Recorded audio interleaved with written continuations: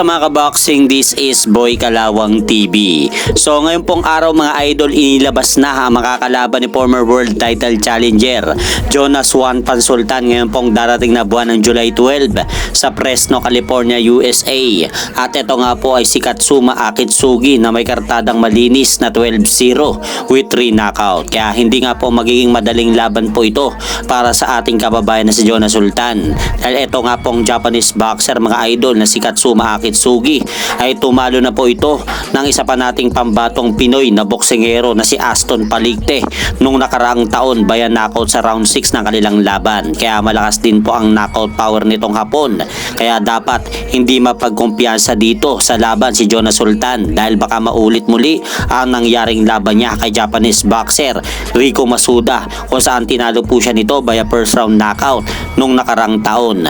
At sa kabilang banda, nasa ika-25 araw na po ngayong kasalukuyang nagte-training ang ating pambansa kamao Manny Pacquiao upang paghandaan nito ang kanyang darating na laban kay WBC World Welterweight Champion Mario Barrios sa July 19 nagaganapin sa MGM Grand Garden Arena, Las Vegas, Nevada. At dito makikita natin na talagang gusto nga pong patunayan ni pambansa kamao Manny Pacquiao na kaya nitong talunin ang mas batang boksingero na si Mario Barrios sa kanilang mangyayaring laban dahil araw-araw nga po itong tumatakbo sa matarik na bundok sa Los Angeles, California upang mapanatili nito ang kanyang stamina pagdating sa laban at hindi manibago ang kanyang katawan.